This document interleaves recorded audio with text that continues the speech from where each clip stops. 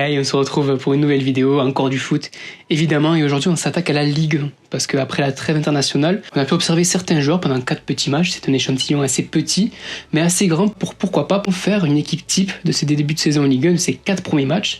Donc c'est ce que j'ai fait, l'équipe sera disposée en 4-3-3, et on va pas tarder plus longtemps, puisqu'on va commencer directement par le goal, la nouvelle petite pépite des gardiens français, Guillaume Rest, qui est un pur produit du TFC.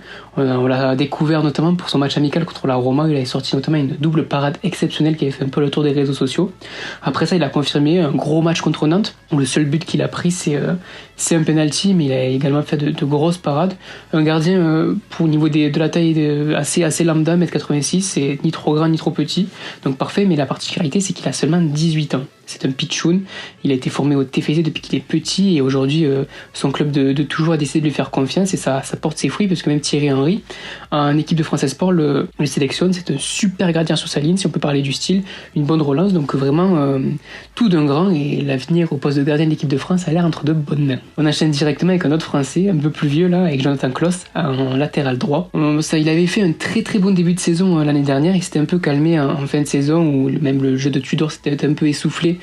Donc il a eu un peu de mal à se renouveler, mais là, ce début de saison est très très bon, Jonathan Klaus. On ne sait pas si ça sera encore un feu de paille comme l'année dernière, même si jamais on ne peut pas qualifier ça de feu de paille, mais si est-ce que ça durera dans la saison. Mais en tout cas, niveau athlétique, il a retrouvé sa qualité de centre. Il est 90 minutes plein pot, il est physiquement au top. C'est vraiment le Jonathan Klaus que l'on aime voir, que l'on a vu à Lens, que l'on a vu en début d'année l'année dernière à Marseille. Donc vraiment un super début de saison de Jonathan Klaus qui permet à l'OM de rester deuxième de Ligue 1, enfin troisième égalité de points avec le PSG, et on peut clairement dire que c'est l'un des meilleurs joueurs de l'Olympique de Marseille cette année.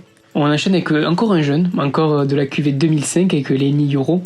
On l'a découvert l'année dernière avec le LOSC, qu'il avait titularisé pour la première fois à seulement 17 ans. C'est en 2005 également, comme Guillaume Rest, un grand défenseur central, très moderne, 1m90, une bonne couverture de la profondeur, une bonne pointe de vitesse malgré sa taille, très solide dans les duels, un bon jeu de tête, notamment grâce à sa taille. Et malgré le carton que le LOSC a pris à Lorient lors de la 3e journée, le 4-1, j'ai trouvé vraiment solide dans ses partitions, et c'est vraiment, il a tout également comme Guillaume Rest, d'un futur grand. C'est un des très grands talents de notre nation, donc à surveiller, et je le mets pour le récompenser de ce très bon début de saison à seulement 18 ans en défense centrale, et parce que j'adore le joueur, et je pense que dans très très peu de temps, il prendra énormément de valeur. À côté de lui, jeune mais avec un peu plus d'expérience, Wilfried Singo, 22 ans, le nouveau défenseur central et arrière droit défenseur central de Monaco, qui est très très grand. C'est le plus grand joueur de ce 11, je vous spoil un peu, à 1m90. Et malgré son jeune âge, 22 ans, il a déjà une énorme expérience. On compte notamment plus de 100 matchs avec le Torino. À 22 ans, c'est quand même pas mal. Il a 7 sélections avec la Côte d'Ivoire. Une expérience internationale, c'est aussi un grand plus quand on a seulement 22 ans. Et il a joué plus de 100 matchs dans le championnat italien, qui est reconnu pour sa rigueur défensive. Donc vraiment un super coup de Monaco, et le moins qu'on puisse dire, c'est qu'il confirme en ce début de saison très très solide derrière. Il apparaît, je crois, 2 fois dans l'équipe type de chaque journée de Ligue 1. Donc vraiment un super défenseur. Donc pour moi, ma charnière sera Lenny Yoro ou Wilfried Singo. Et à gauche, on reste encore à Monaco, parce que de toute façon, c'est les leaders du championnat, ils font un début de saison magnifique, et on part avec une valeur sûre de la Ligue 1, c'est Caio Henrique, qui revit complètement dans le système d'Adi Hutter, même si jamais il n'était pas complètement passé à côté de sa saison dernière. Enfin, Monaco en lui-même était passé à côté, mais là c'est déjà 4 passes décisives en 4 matchs, meilleur passeur de Ligue 1, tous les circuits passent par lui, c'est un super latéral qui joue là avec son système à 3, qui joue en piston, donc un poste qu'il adore et qu'il affectionne, et qui le rend très bien son entraîneur, puisque c'est l'un des meilleurs joueurs de Monaco à ce début de saison, avec un autre qu'on verra un tout petit peu plus tard.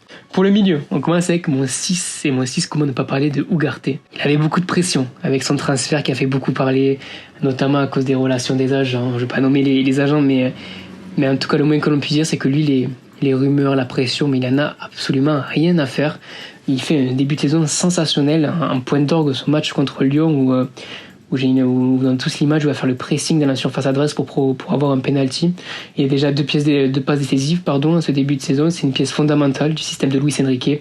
Il harcèle, il relance, il presse. Vraiment un super 6, un 6 moderne, comme comme beaucoup de joueurs aimeraient être à ce jour, et c'est un super coup du PSG d'avoir réussi à l'attirer malgré le prix un peu exorbitant. Luis Enrique arrive à en tirer le maximum, et pour moi c'est une vraie réussite pour le PSG, puisqu'à côté de Zaïre Emery et Vitinha, c'est l'un des meilleurs milieux de Ligue 1. On enchaîne avec un petit nouveau virtuose de notre championnat qui joue à 8,5, Teddy Thomas. Et comment ne pas parler de lui à ce début de saison? Il vient de Belgique, il a 29 ans et il atteint le sommet de son art maintenant parce qu'il a déjà 3 buts et 2 passes décisives. Et on se souvient tous des bijoux contre Montpellier, notamment cette reprise de volée, cette demi-volée en pleine lucarne qui vient crucifier les Montpelliérains. Mais vraiment, c'est un super joueur, Teddy Thomas, c'est un virtuose, comme j'ai dit plus tôt, une super qualité de passe qui nous fera coup sûr vibrer pendant cette année de Ligue 1. Et franchement, n'hésitez pas à aller checker ses highlights ou même ses matchs, regarder Reims parce que c'est vraiment intéressant, Reims, avec Darami, Ito, Nakamura. Donc vraiment, n'hésitez pas parce que c'est vraiment une équipe qui, cette année, à mon avis, va faire très très mal. Et là, pour mon deuxième 8, on enchaîne avec un joueur méconnu que j'ai découvert cette année, Mohamed Cham, le milieu de Clermont. Et malgré le début de saison de Clermont, notamment à cette 16e place, lui au milieu de terrain il surnage.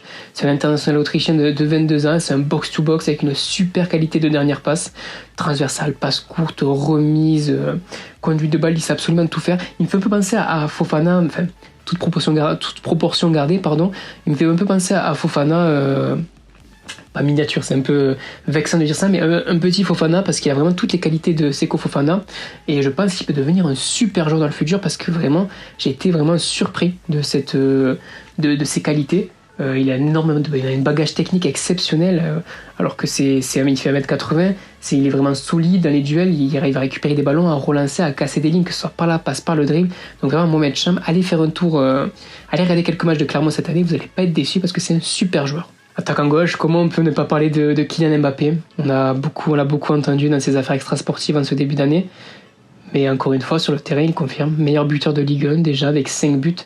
Et, alors qu'il n'a pas joué le premier match. Et encore une fois, c'est Mbappé. C'est pour moi le meilleur joueur du monde en ce moment. Une qualité d'élimination. Enfin, je ne vais pas vous présenter Mbappé, ça on le connaît tous. Je l'ai mis pour le récompenser parce qu'on n'a pas le choix en soi, il est tellement bon qu'on est obligé de le caler, même si on veut découvrir d'autres joueurs. Donc Mbappé, j'ai pas besoin d'épiloguer dessus, c'est le meilleur joueur du monde. À droite, Takumi Minamino, il renaît complètement après son année compliquée la saison dernière. Adi Hutter lui fait confiance et il lui rend très très bien. 3 buts, 3 passes décisives, c'est l'homme le plus décisif du championnat, il arrive à faire de grosses différences. On retrouve un peu le Minamino de Salzbourg qu'on avait perdu à Liverpool, où il avait même à Southampton un peu après, où il s'était fait prêter. Mais là, c'est vraiment un Minamino explosif, à droit devant le but, altruiste, et techniquement au point, parce qu'il arrive à trouver des angles de passe, des angles de finition, que l'année dernière, on ne l'imaginait même pas possible. On avait découvert un autre Minamino l'année dernière, c'était plus que l'ombre de lui-même. Et là, à l'arrivée d'Adi Hutter, on lui fait le plus grand bien, et on est très content d'avoir un talent comme Minamino en Ligue 1, et surtout après ce début de saison. Et là, on va finir par le numéro 9. Et le numéro 9, c'est Altamari. C'est vraiment la bonne pioche du mercato montpelliérain sur le front de l'attaque avec son compère Adams. Ils mettent à mal les défenses de Ligue 1 et celle de Lyon, ça rappelle bien d'ailleurs. Avec son style de jeu, il est tout un dribble et sa conduite de balle qui lui vaut quand même le surnom du Messi jordanien. Il a déjà inscrit 3 buts depuis le début de la saison et quelque chose me dit que c'est loin d'être fini parce que vu ses qualités et vu les défenses de Ligue 1, je pense qu'il peut vraiment faire un carnage. Que ce soit dans les petits espaces, en profondeur, il a vraiment toutes les qualités pour être un neuf moderne et pour finir des actions et créer d'énormes différences. Donc vraiment, c'est le joueur frisson par excellence. Et allez, les matchs de Montpellier, ça va être un pur plaisir cette année, même s'ils ont beaucoup de mal défensivement, devant avec Adams, Altamari et Nordin. C'est vraiment explosif et quelque chose me dit, enfin, j'en suis même sûr, ça a marqué énormément de buts. Donc voilà, c'est déjà la fin de ce 11. Vous pouvez me dire ce que vous en pensez en commentaire, si vous avez vu d'autres joueurs, parce que c'est possible, c'est le mien. Il n'est pas universel, donc si vous avez vu d'autres joueurs cette année qui méritent d'être en ce 11, je suis totalement ouvert. N'hésitez pas à me les dire en commentaire et à argumenter dessus. Mais voilà, moi je trouve ce 11 plutôt sympa et sur ces 4 premiers matchs, pour moi, c'est le meilleur. Donc voilà, merci, n'hésitez pas à vous abonner, à lâcher un like et à me dire des petites idées de vidéos si vous voulez. J'hésiterai pas à les faire. Et allez, portez-vous bien.